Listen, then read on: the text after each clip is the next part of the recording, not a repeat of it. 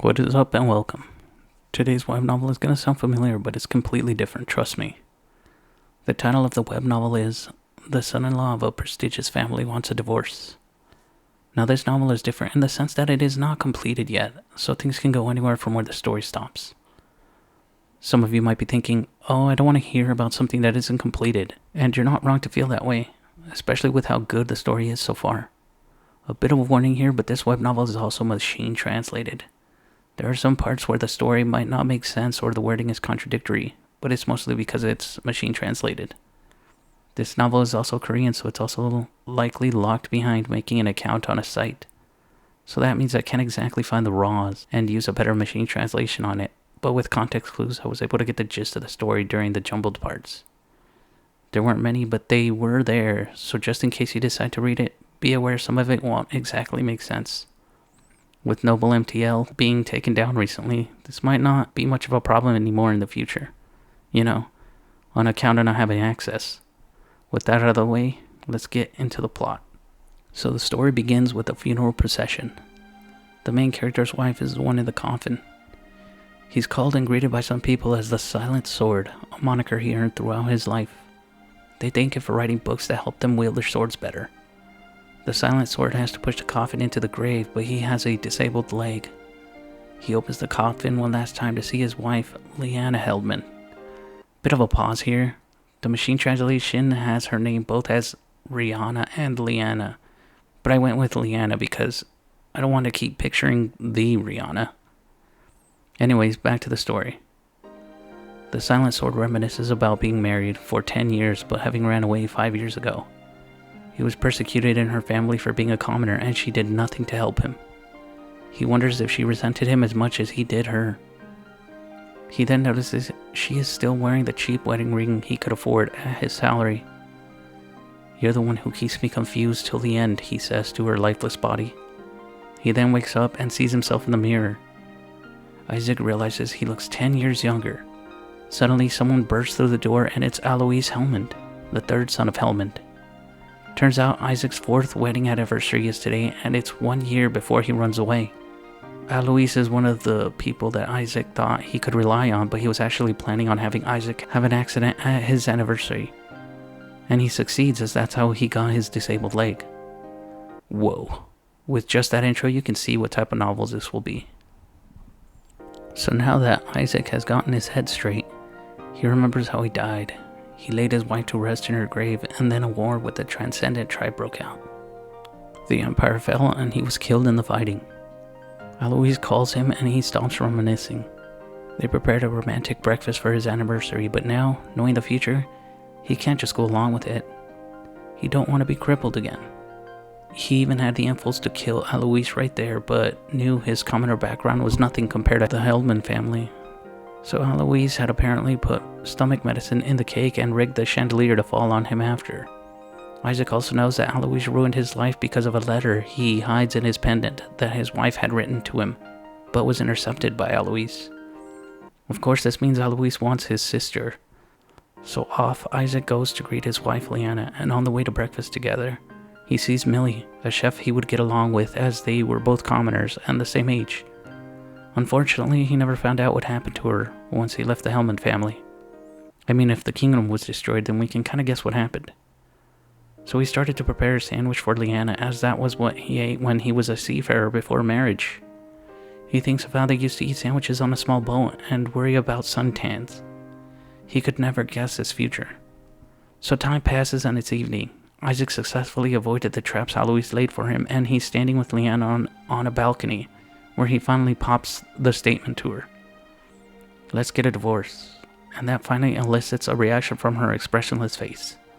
I forgot to put this before, but yes, she's one of those expressionless characters. Love it or hate it, just be aware of that. We're not living a married life that we can call a couple right now. I think our feelings have cooled down enough to let each other go.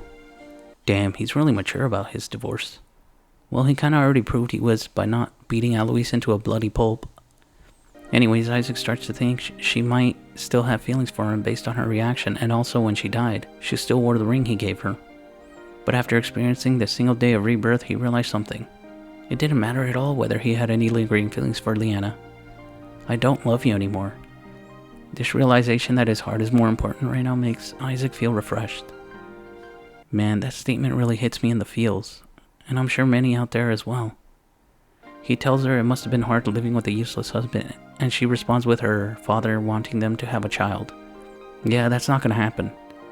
Turns out her father likely intends for his eldest son, Lohengrin, to become his successor and for Lyanna to continue their family line.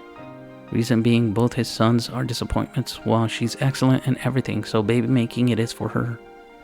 At least that's what it looks like. Not with Isaac though, as he tells her it's good to divorce so she can find a man that'll satisfy her family. She asks why he wants a divorce so bad and he tells her he doesn't want to stay there anymore. Lyanna, Helmund is a beautiful rose-like name to others, but to me who holds it, it is nothing but a thorn. I'm starting to see how he was able to get with this Ice Queen. What is he, a poet? He starts to leave after saying that, but she grabs him and tells him excuses to persuade him not to divorce, but she fails. So he tells her what he's endured while being there. Her brother's beating him and sparring because they know he's weak. Her little sister makes him run errands. Her father belittles him for not being a swordsman, and his wife who ignores him. He has no place here and leaves her there. Holy shit, he's an abused husband, but he's being abused more by her family than by his wife. At least he's not submissive and is willing to leave sooner than he did before. So now we stay with Lyanna as Eloise shows up, but she doesn't want to turn her head to look at him. We should all know why, but Eloise doesn't, and he starts to mention the weird accidents that occurred all day. She tells him to leave and waits before going back to her room. She throws away the incense prepared for this day and takes off the dress she put on specifically for Isaac. Everything was prepared for the two to do the deed, but that'll never happen now. I feel bad for her, but this makes me think of a Batman quote we all know. It doesn't matter if you love Isaac inside. What matters is how you show it. I'll spoil a little here because I feel like if I don't, it's easy to just completely hate Lyanna. She's like this because her family is messed up. They don't seem to have family love and only recognize achievements. They were less a family and more like employees to their elders. I'm not excusing her and I do dislike her, but there's a reason why she's like this, despite clearly loving Isaac. The next day, the Helmund family gets together for breakfast and Lyanna doesn't show up. They all laugh about it except Eloise until their dad, Arundel Helmund, shows up. She does show up right after him, and he asks her why she's late, as she's always on time, and she tells him Isaac wants a divorce. Now back to Isaac. His breakfast is going great, as he's enjoying his time with the chefs there, including Millie. He isn't allowed to join the Helmund family breakfast, as he isn't recognized as one of them, so he eats with the chefs. So Millie asks him why he's so happy, and he tells her he's getting a divorce. So one chef asks him what he would like for dinner as a final meal since he plans to leave that day and as a congratulations. They're all happy, but they stop because Lyanna shows up and tells Isaac Arundel wants to see him. So they go to see him and Isaac immediately asks for a divorce, but Arundel tells him nah. Isaac isn't taking that and says he isn't asking but telling him. He also explains how there's no love between them anymore. They're both young and he's just a commoner who can't meet his expectations. Arundel asks his daughter if she's okay with this and she says yes, but he still won't allow it. I'll say this now, but I never warm up to Arundel. He's the one who created this environment of achievements only, so he has some gall to pretend to be a father here. And that is what he's trying to do here by stopping the divorce.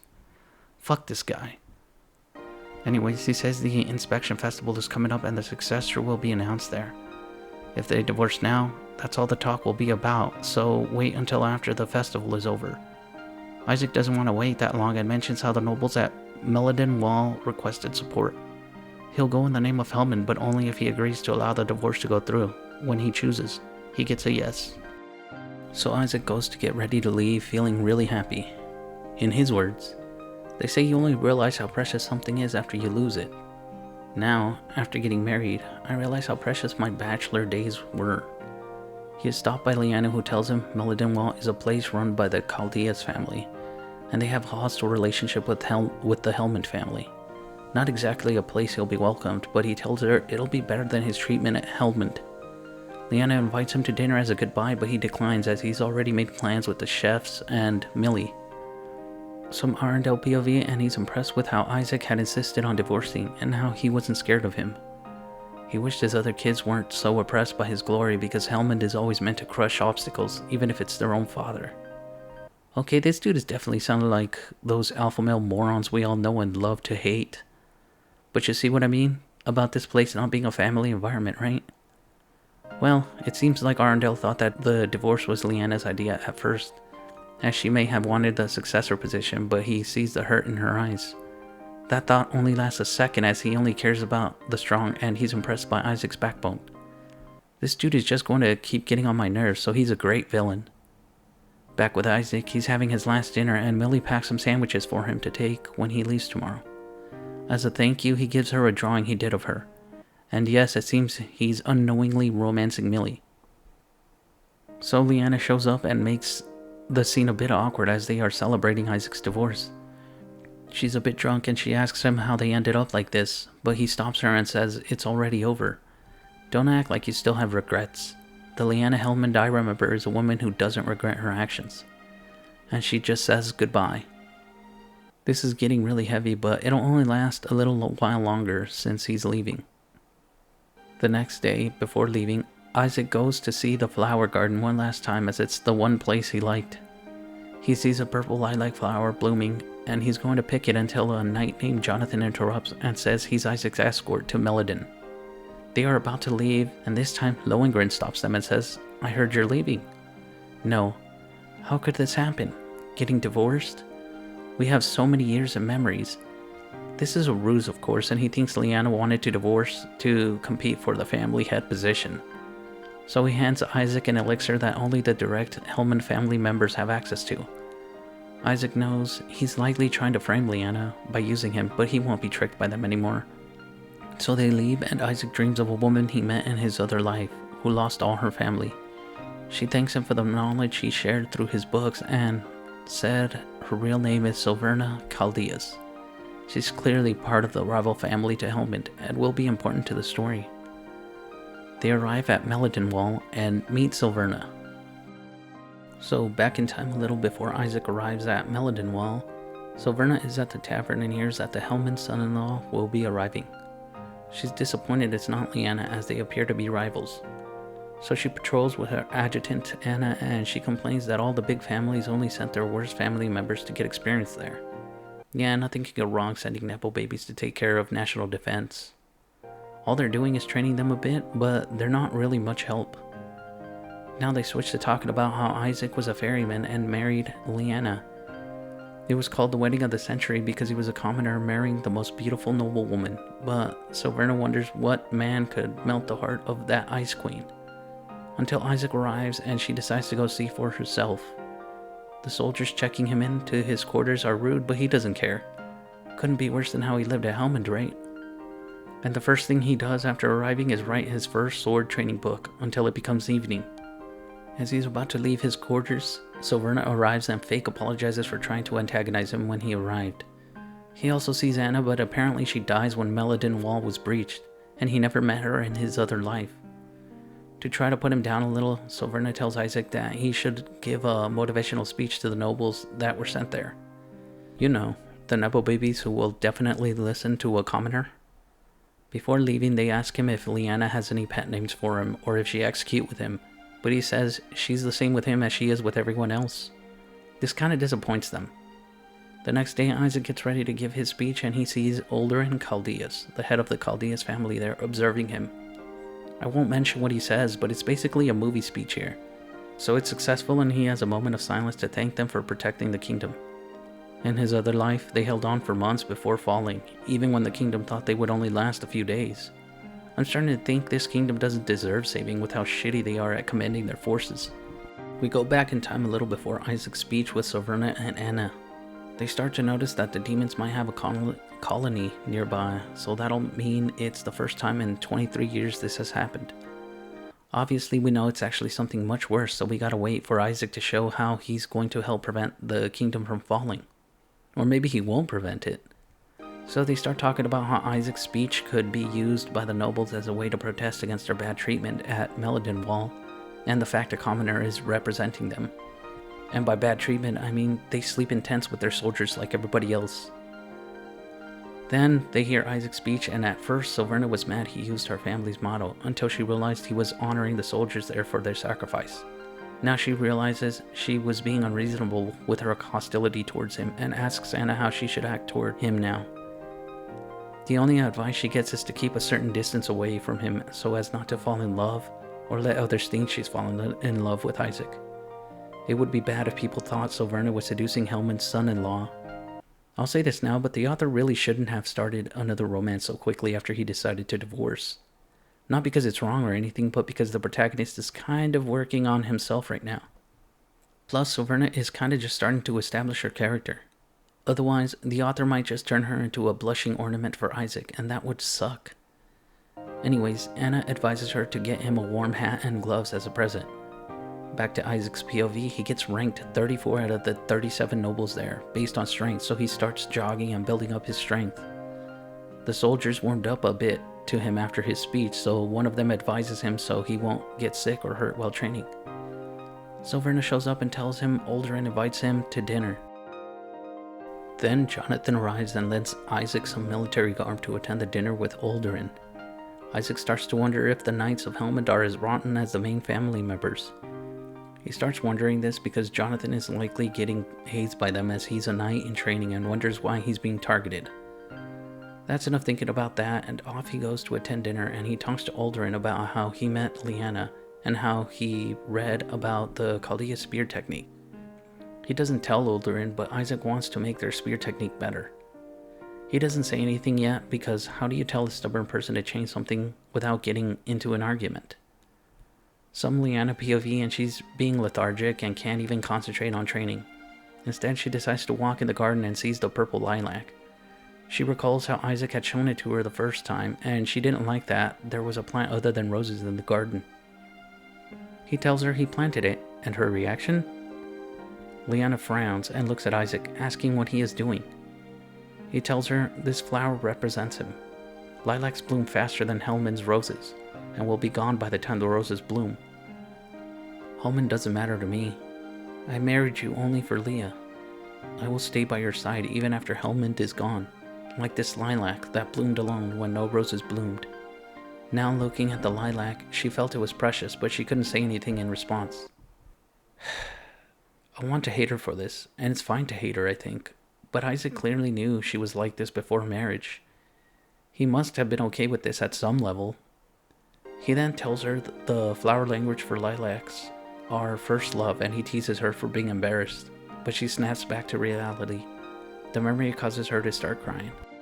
Now in Aloy's POV for some reason, and he finds Lyanna in the garden. He's being a creep and checking her out as she's kneeling. Keep in mind, this guy's her brother. He also spots the lilac and was about to get somebody to get rid of it, but is stopped by Lyanna. She goes to train, but not before Aloy sees that she may have been crying because her eyes are red. He gets excited thinking about how she might be suffering. Ugh, this guy's disgusting. He pushes his luck and asks her if she's deciding on who she will marry next, and calls Isaac unworthy, so she decides to spar with him. This kills the excitement he was feeling. Hopefully she cuts it off. It's Isaac's POV now, and he wakes up with a headache as he drank too much while having dinner with Olderin and Silverna. He wants to go to apologize to them because of that, but Jonathan stops him, saying he shouldn't meet other women as he's married. And this is another reason why I don't like that the author is already pairing Isaac with another woman. He follows the rules to a T, so this romance will just devolve into a stupid teenage love story, even though both of them are adults. Isaac thanks Jonathan for the warning, and he runs across a stupid noble from the Drakemore family named Miladich, making a scene so he won't have to train. Silverna shows up and tells the idiot she'll test him to see if he really won't die against the demons with his skill. She quickly defeats the moron, but Isaac is disappointed at her spear technique, and she hears what he said.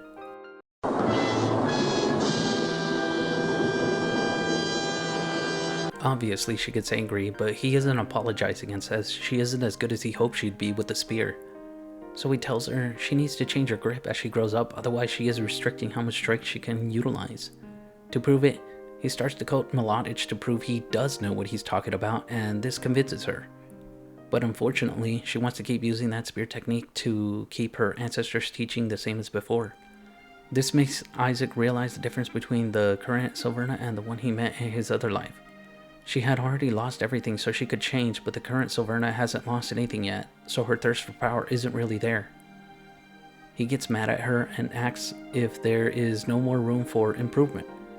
Her ancestors built their technique up to this point, and it's her responsibility to improve it more.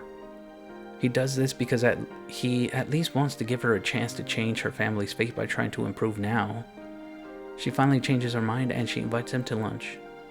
She also wants him to advise her on her training, so he first tells her to get used to not wearing a chest compression garment. This gets her flustered on how he knew, but Isaac just says he knows. Yes, this means they are getting more comfortable around each other in a romantic sense. A week has passed since then, and now we're with Silverna, patrolling the wall, and Anna asks her why she isn't wearing her chest compression garment anymore. She tells her Isaac advised her to get used to it because she'll likely continue to grow, making it impossible for her to wear them anymore. They continue walking until they come upon Isaac training, and Silverna admires his drive for improvement. Anna sees this and reminds her he's a married man, so not to get too attached to him. Well, it's already too late for that. They go talk to him and ask about what he's writing. He shows them he's writing a sword training book since he can't use the Hellman sword technique and instead uses a sword not found in the kingdom. His sword master was someone he isn't revealing yet, but apparently they're the most influential person to Isaac in his previous life. Maybe he'll meet them in this life too, who knows? So Silverna pulls him along with Anna to eat, and Anna starts to worry Silverna really might start liking Isaac. He's a married man, so I wouldn't worry.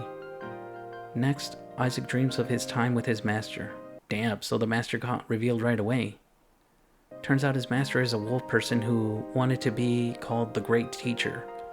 Her students kept going to Isaac for advice instead of her because he's a genius in understanding martial arts, even if he can't practice on account of his disabled leg. Since Isaac is their teacher, she'll be their great teacher instead.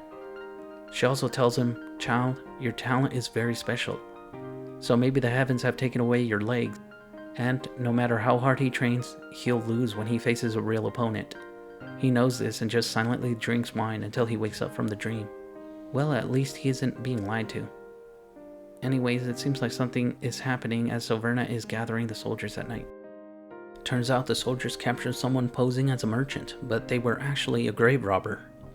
This is important because the idiot robbed the royal tomb of Holstein, and could be a huge diplomatic incident if the goods aren't returned. Too bad the grave robbers were attacked by the nearby demon colony and he led them towards Meladenwall. So now they have to go get the stolen loot back and try to do it without fighting the demons. Jonathan asks Isaac why the nobles are being sent out instead of the seasoned soldiers, and he tells him it's not the nobles Chaldeus wants to use, but the guards assigned to protect the nobles. The nobles are kinda useless, but not their escorts. Jonathan then complains why they should endanger themselves just for Holstein, and Isaac explains it's surprisingly common for wars to break out over minor diplomatic issues. We need to put out these sparks in advance. Don't we know it? He goes on to further say the sword isn't the only way to get peace, but Jonathan says that's something a Hellman shouldn't say. Isaac agrees, and that's why he doesn't like Hellman. Now off the group goes to get the stuff back, and they immediately come upon a Transcendence, monsters that destroyed humanity in his previous life. Even Isaac didn't know they were involved in the North before he died in his previous life. No questions were asked, and the Transcendence attacks, forcing Sylvia to kneel and knocking Anna out in one swing of his greatsword. Isaac notices something about the Transcendent sword technique, but can't quite put his finger on what. Silverna holds it off and the other nobles scatter in fear. Then Isaac tells Jonathan to carry a message to Meladenwall. He wants him to do this because he doesn't yet have the strength to run fast enough on his own. To attract its attention, Isaac yells out Raven Sword Technique, a sword that Blackthorn teaches itself. Blackthorn is one of the noble families of the kingdom. They also happen to dispatch soldiers here as well. There it is, folks. Once again, humanity is screwing itself over. Naturally, the Transcendents can allow Isaac to live after finding out there are traitors in the kingdom. Jonathan springs into action and carries Isaac with him, running at full speed with Aura towards Meladenwall.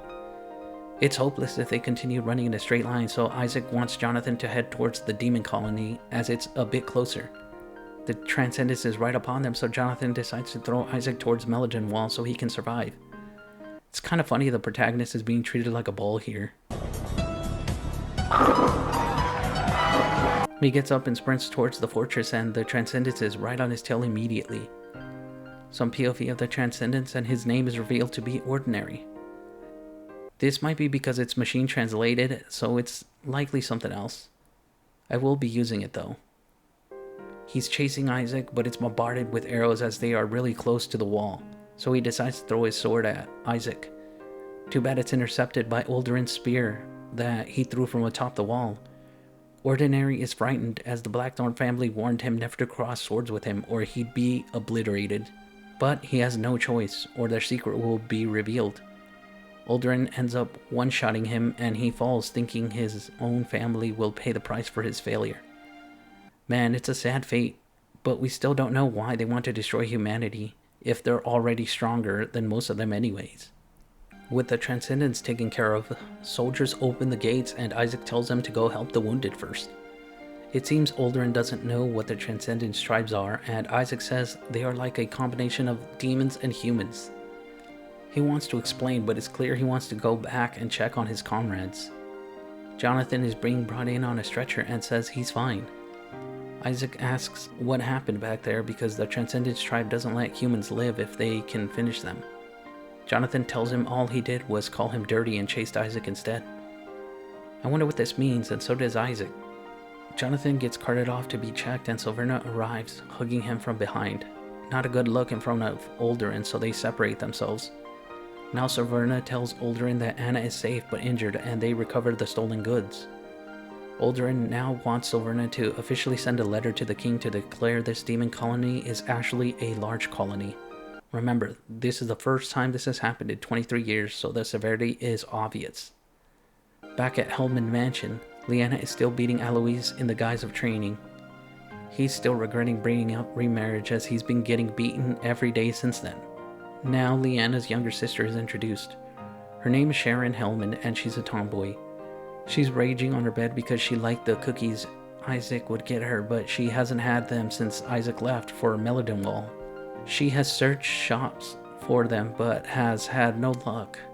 Man, I would love to only have that worry. So her personal maid Kelsey comes in and says her father has summoned her and the rest of her siblings. They all hear Melodenwall has found a large demon colony instead of just a basic colony, so Callias requires more support. At that, both Lyanna and Sharon volunteer at the same time. Arundel acknowledges to himself that he isn't a good father and knows why Lyanna would volunteer, but wants to hear Sharon's reason for wanting to go. She quickly explains that Lyanna and the others can't go because the festival is coming up and they need to be available for it. Arundel accepts her reason but is dissatisfied with her saying she'll show the people Hellman's sword. It seems like he still isn't satisfied with his children's ability to wield Hellman's sword or something like that. I don't know. The machine translation is really murky when it comes to Arundel's inner thoughts. When Lyanna leaves, her older brother Lohengrin stops her and accuses her of making Sharon volunteer to go so she can stay and compete with him for the successor position. She says she doesn't want it, but that isn't good enough for him. He keeps taunting her, so she decides to spar with him too. You'd think Alois would have warned him, but then again, these people don't talk to each other. So she easily beats him and he just resorts to yelling as she leaves. Turns out Arundel knows the difference between them, but still chooses Lohengrin as his successor because the difference between them isn't much to him. Nobody seems good enough to be acknowledged by Arundel. Then she spots Millie as she works and asks her if she got a gift from Isaac. Millie answers yes, and Lyanna asks if she can see it. So she takes out the portrait Isaac drew of Millie, and this is shocking to Lyanna, since he never revealed it to her. I wonder why he wouldn't reveal it to you, Lyanna. It's not like he was being bullied and ignored or something like that, right? The next day, Sharon sets off with her maid Kelsey and some of Hellman's knights to Melodenwall. Kelsey is packing some things and finds Lyanna hiding in the carriage. Well, I didn't see that coming with her character. At Melodenwall, now that they know it's a large demon colony, the nobles there are terrified. And that is with Uldurin and Silverna deciding not to tell them about the Transcendence tribe. It's not clear if the two are related, so they decided not to say anything about the tribe, but they did send a letter to the royal family warning them of the Blackthorn family's betrayal. At least that might get dealt with. In the meantime, Isaac is just sparring every day with Jonathan and defeats him, but loses to everybody else. Anna explains it's because he seems to be specialized in defeating the Hellman technique. Silverna goes to greet him after the sparring, and Anna is concerned Silverna has fallen head over heels for Isaac. It seems like she wasn't ever going to stop it from happening. So they spar a bit until Isaac asks what is happening with the Blackthorn family member currently at Melodenwall. Nothing suspicious has been found about him, and Silverna asks about Lyanna's strength, and he says she can split a river. She thought he was joking, but he didn't explain further and wanted to spar some more. The next day, Silverna goes to help Isaac train again, but instead Anna volunteers to take her place. She insists because she wants to separate the two, but Silverna spies on them from afar. Whoa. Is she becoming obsessive already? That's a major red flag right there. Isaac and Anna train, and she realizes Isaac has already read all her moves. The only reason he lost is because he still lacks stamina and strength. So she tells him so, and he just says he's glad for losing to her because it's teaching him to be better. And this is where Anna starts to get flustered and asks if this is how he seduced Lyanna. I'm going to go ahead and say yes, it is. He clearly did it through his words and actions, so this is not as cringe to me as the last protagonist. You know how he responded to her question? I didn't do this when we were flirting. I was more proactive. And to that I say, respect. So Anna decides to come out and say Silverna might have a thing for him. Helmund and Chaldeas cannot mix, especially when one is already married. Isaac agrees and tells her he'll keep that line. Unfortunately, Silverna comes and sends Anna back to patrol so she can help Isaac train instead. We'll see how long his line will be kept. Meanwhile, Sharon arrives at Melodenwall, and Lyanna is now disguised as a maid for obvious reasons. She sees Isaac and Silverna up on the wall talking together, and she gets jealous. I really want to feel bad for her, but, you know. The first thing Sharon does is tell Isaac she wants to have her quarters next to his so she can order him around. Yeah, none of the Hellman people are likable. Silverna doesn't like them either and tells her to follow the chain of command or fight her for command. Maid Lyanna hits Sharon's head to shut her up, and they leave, but not before Isaac seems to know that the maid is Lyanna. By the way, Sharon doesn't actually know that Lyanna is there. The only one that does is Sharon's maid Kelsey. Now Isaac is reviewing his training notebook in his quarters, and Sharon is there just eating cookies and reading. They argue a little, and Sharon finally asks where he got the snacks he would get her when he was running errands for her. He says Millie, and this destroys her purpose for volunteering, so she ends up crying. Keep in mind, she's 17 and is crying about finding out she could have eaten her favorite snacks whenever she wanted if she just asks her workers. Well, it's probably not that serious, and Sharon appears to be a gag character.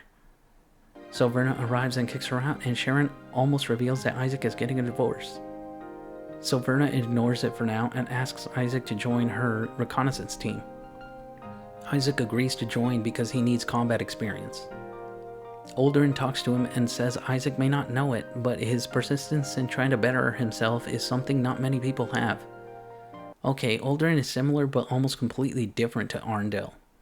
They both are stoic and strong, but Olderin mingles with his subordinates and treats them all the same, from general to foot soldier. Arndel, on the other hand, will only acknowledge your skill but nothing else. Even his family isn't exempt from this. Personally, I'm on Team Olderin.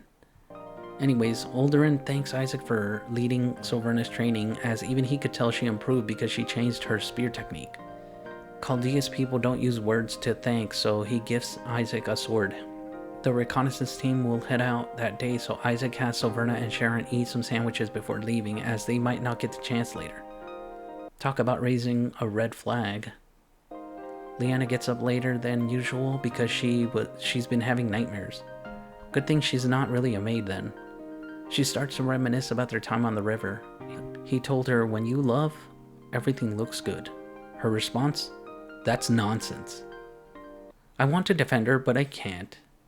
And to all you, how do you pronounce that, Sundar and Kuder lovers out there, this is what a relationship with that type of person would be like. Doesn't seem so fun when you read it instead of see it in an anime, does it? So their date ends with Isaac telling her he's okay with going to Hellman because she'll be there, but not even that gets much of a response beyond blushing. She pops out of her daydreaming and sees Isaac making sandwiches for Silverna and Sharon and gets jealous again. This time, when she eavesdrops on their conversation, Isaac talks about love in the opposite direction. You know, the power of love isn't real and all that. The team is about to set off, and Silverna includes Paul Blackthorne in her team. You know the saying, keep your friends close and your enemies closer. That's the idea here.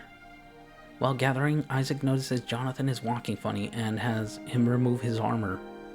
He's bruised all over and he wants to go reprimand the Knights of Helmond, but Jonathan stops him not because he'll get bullied more, but because he thinks Isaac will get the consequences. Too bad Isaac can't tell him he's getting a divorce, but Sharon sees this and immediately calls all the knights. She wants to know who were the ones responsible, but the senior knight there tries to pull the "don't shame Helmond in front of others" card. Sharon is about to back off, but Isaac steps forward and disagrees, as the real shame would be letting Chaldea deal with it. Silverna follows along and says Jonathan is now in her team, and can't use his abilities to their peak with his injuries. They could take them to military court for interfering with Meladin Wall's forces, so it would be better if they deal with it now. They all get scared and apologize to Jonathan, and he forgives them to not drag things out. Of course, now he can't go with them since he needs medical attention. Isaac wonders why they are picking on Jonathan, and one of the knights explains it to them. We aren't told what it is yet, but it's probably not what you're thinking. The team is finally out patrolling, and Paul is immediately taken out. Turns out their attackers are Yetis, and they killed the previous team they encountered and waited for them. Isaac has Sharon take Paul and run back to Meladin, but when she tries, black liquid pours out of Paul's body and tries to swallow Sharon. Isaac sees that it's transcendence magic. He quickly helps her and tells the others not to approach Paul. They use the black liquid against the Yetis to buy some time and run away.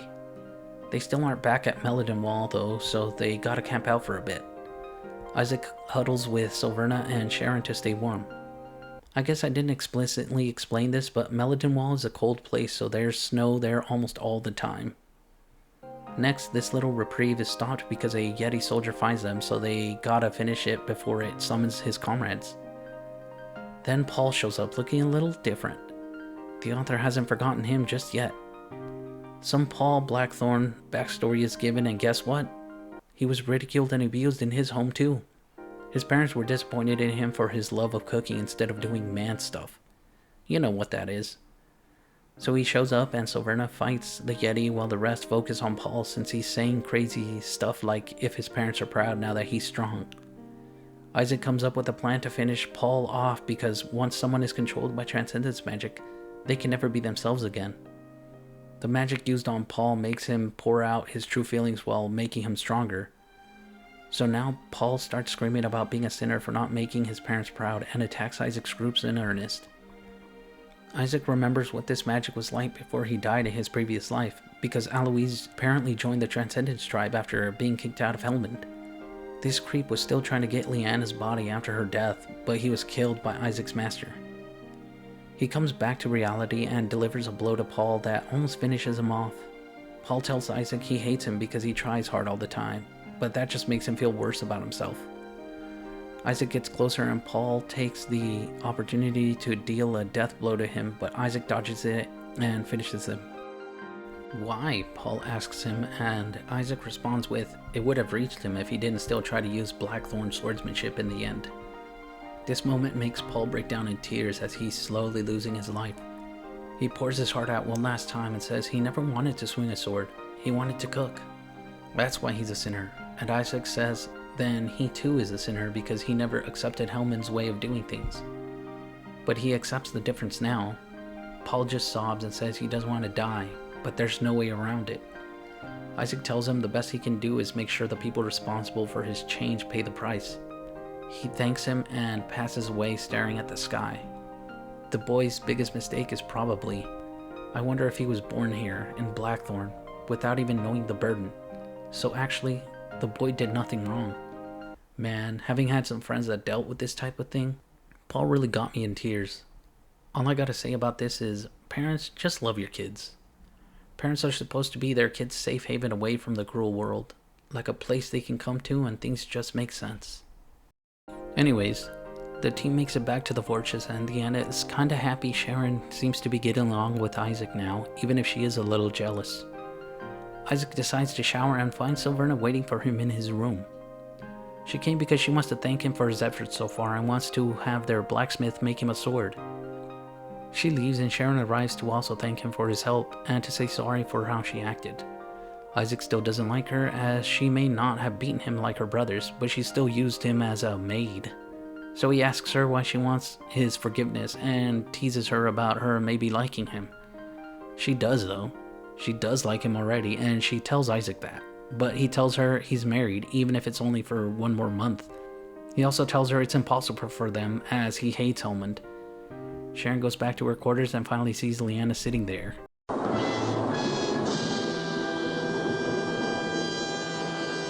Sharon tries to scare Leanna a little by bringing up their dad, but Leanna doesn't care. After some more talk, Leanna tells Sharon not to get ideas about Isaac. Not because she's jealous, but because Sharon is also part of Helmund family, and Helmund has only ever hurt him. At least she's caring enough to know when to let go. Maybe.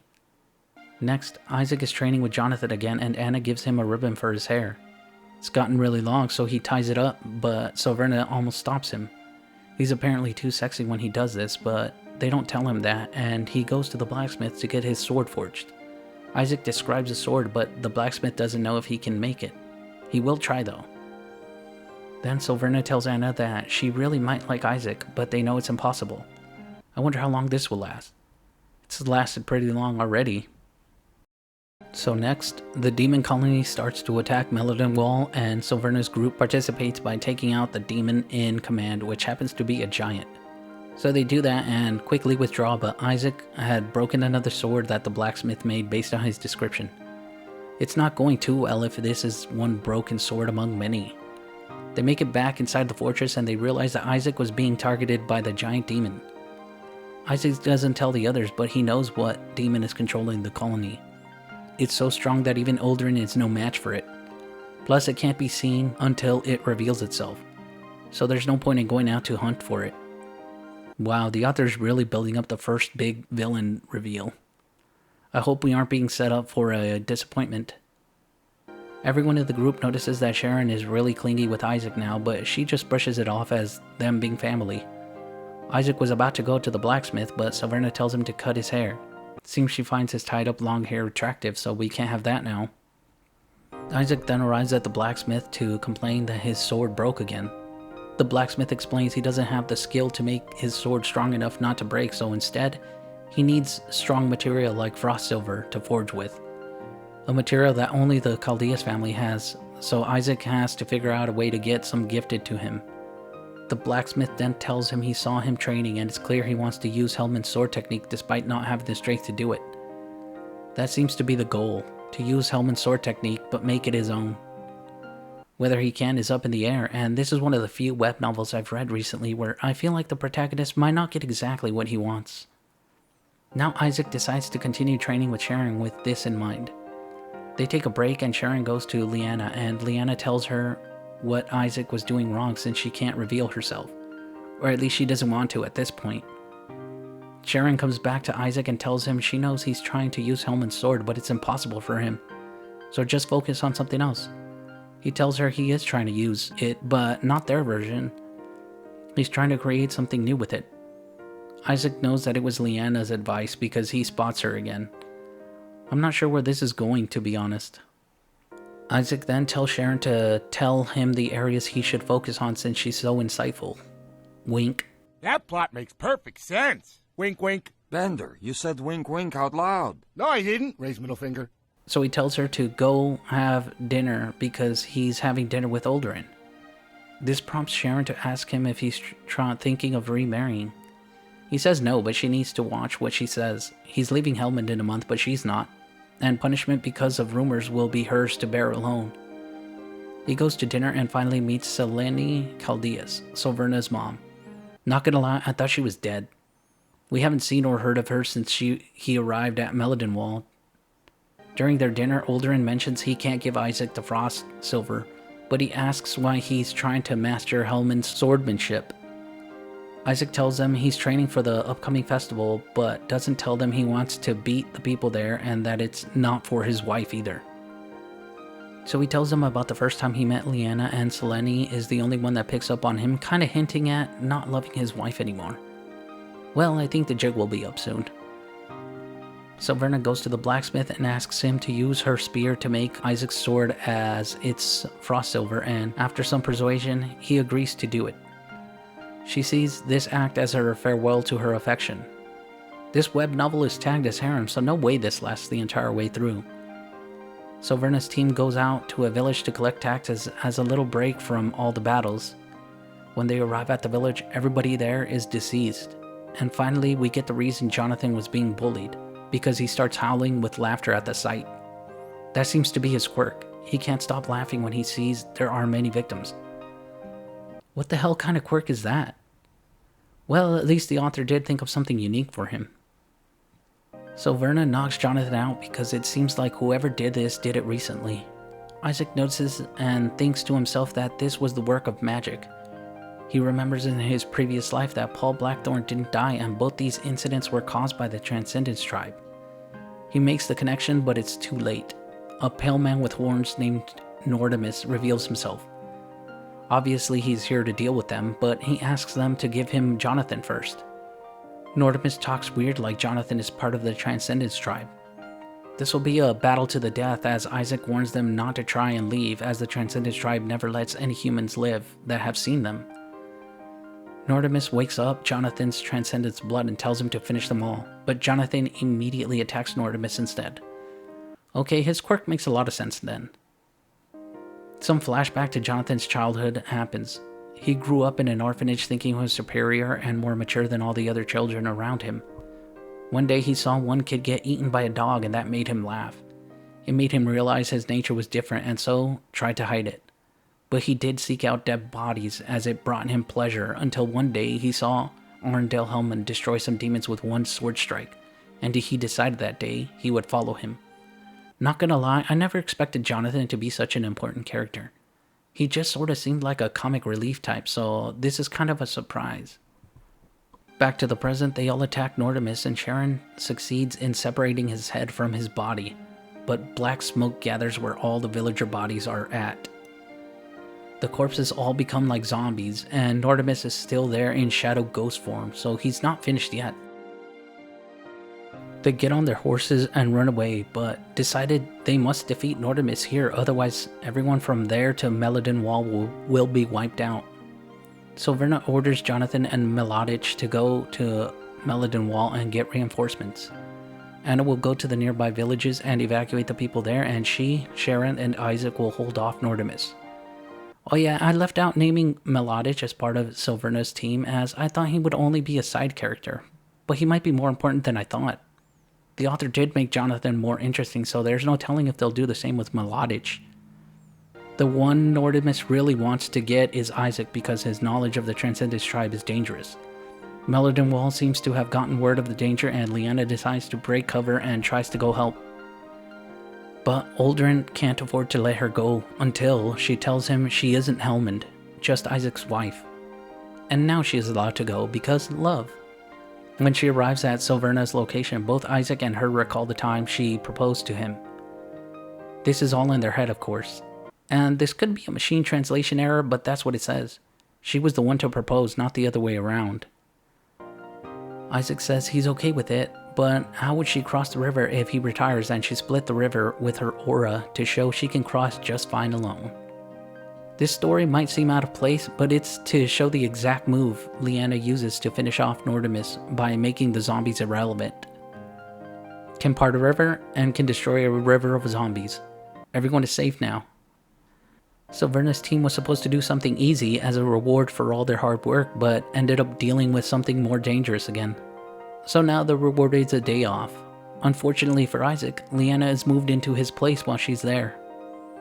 Gotta keep up appearances at least, and he does thank her for the swordsmanship advice she gave him through Sharon. So he writes his training book till evening, and Lyanna and him talk a bit. You know the usual, why did you come, and if you want anything, and it's all for him, of course. She mentions the anniversary incident, and Isaac says Eloise caused the accident. She was about to apologize, but Isaac tells her not to, as he won't forgive her. They have a heart-to-heart where they both cry and say they don't regret loving each other, and Lyanna wants to sleep with Isaac one more time. He isn't having it and kicks her out of his quarters. He's sticking to his guns on this one. That same night, Silverna was with Anna drinking her sorrows away. It's because Isaac is with Lyanna, so yeah. Silverna mentions how Nordemus had said that Isaac is using their swordsmanship. I guess that means Isaac's master is also part of the Transcendence tribe. How many other people are part of that group? Watch Isaac end up being one of them too. His ability to recognize how to improve people's martial arts is supernatural, so I wouldn't be surprised. Their conversation is interrupted when Sharon shows up with Kelsey, and so they start drinking together. This is when Sharon accidentally tells them that Lyanna and Isaac are going to get divorced. Well, this secret lasted longer than I thought it would. Now Sharon is having a hard time sleeping since she let the secret out and Lyanna is sleeping in her room. They end up talking and Sharon asks why Lyanna let their brothers bully Isaac, but she just says she made a wrong decision and that's all. Seeing her accept the divorce, Sharon decides to tell her she accidentally told Silverna that Isaac is getting a divorce, but that was also a bad decision, because her sister isn't really over it. The next day, Isaac and Lyanna are on their way to meet Oldurin, so they talk and Lyanna offers to train him, and he accepts. They arrive and Oldurin reveals that Lyanna had kneeled to him, which is a big no-no for Hellmund to do, especially to the Chaldeas family. Then Isaac starts worrying about how Lyanna will be treated once she returns, and all she cares about is Isaac's safety. I really kinda hate that this is showing he's already forgiven her subconsciously. Not because he shouldn't forgive her, but because he might not get his divorce after all. Now Silverna is going to go meet with Isaac and her dad, but Anna stops her and advises her to try and steal Isaac away. He's getting divorced, so it's okay now. She arrives thinking there will be a tense atmosphere, but all they're doing is playing cards. And that is as far as the story goes for now. Now the story can go anywhere. What I'm hoping to happen is that at the sword festival held by Hellmund, Isaac masters a different version combined with transcendent swordsmanship to take down all of the Hellmund family heirs. And after he wins, the first thing he does is ask for his divorce and gets it. He'll then start to date Silverna, as it's pretty obvious that she'll end up with him anyways. Then he goes off and finally meets his master again. He will then ask for her help again to train himself further in preparations for the Transcendence tribe. Hopefully not much has changed from the future he knows, so he can hunt down the other traitors within the Empire, because it's kind of obvious there will be more traitors. Along the way he ends up meeting Lyanna and Sharon, and they move on to just being friends. Eventually, when everything about the Transcendence tribe is taken care of, Isaac will date Silverna and they live happily ever after. It sounds boring and predictable, but with how many battles and events the author can come up with, it'll be anything but that. Plus, predictable isn't always a bad thing. This is just what I hope will happen, but I think it'll actually go a different direction. This is what I think will actually happen. Isaac will win the sword festival at Hellmund, but his version of their sword will impress Arundel so much he won't allow his divorce to go through. Either that or he'll lose to some unknown traitor taking part as well, but Arundel still prefers Isaac's swordsmanship. So now he'll have to do a more impossible task this time around to get his divorce. I'm going to go out on a limb here and say he will never divorce. I don't know why I feel this. Maybe it's because the title implies he wants a divorce without confirming he'll get one. Afterwards, he'll get closer to Silverna, Anna, Lyanna, and Sharon. Reason for this is the web novel has a harem tag. In fact, I think his master will also be included, but I'm hoping that'll be the end of it. I like harems, but it's gotta be wanted by the protagonist, and Isaac doesn't seem like a guy that wants a harem. So then, the future will continue to be different from his memory as he keeps interfering with the plans set up by the Transcendence tribe. He'll get help from his master as he meets up with her again, and he'll help other heroes refine their techniques. So they all get ready to confront the Transcendence tribe and succeed. They don't kill them all off, as there will likely be an internal power struggle within the tribe that had some wanting to annihilate humanity, and the other side wanting to live in harmony, or nothing to do with humanity. The existence of people like Jonathan will also be known, so now there either needs to be some acceptance of the Transcendence tribe, or there will continue to be endless conflict. They sign some sort of peace treaty, and afterwards Isaac gets to settle down with his wives and friends. At least the ones that are alive, as I feel like some people close to him will bite the dust. It'll make a better growth story as well. It's implied that the Transcendence Tribe takes pleasure in the misery of humanity based on Jonathan's quirk, and Isaac mentioning the Transcendence Tribe always finishing humans off when they can. I mention this because even if it seems like there can be no peace, Jonathan is living well with humans. So is Isaac's master, so there must be some from the tribe that don't adhere to that standard. That's why I feel there will be some peace between them. This is just my guess on what might play out, though. As for what I liked and disliked, there aren't many things I disliked. The only real complaint I have is that this story really shouldn't be a harem. So much of the world and the characters are rich for exploration that just turning the women into accessories is a real disappointment. Nothing really beyond that. I know I complain about the characters, but that's a good thing in my opinion. If you love all the characters, that just means there's no real personality for them. Nobody is likable 100% of the time. That's about it for this web novel. I can't wait for this to get updated. There's so many directions the story can actually go, and what is already here is well thought out. I have faith the author will deliver a good, if not great, story. I'm hoping to read something like this as my next web novel, but we'll see. See you next time.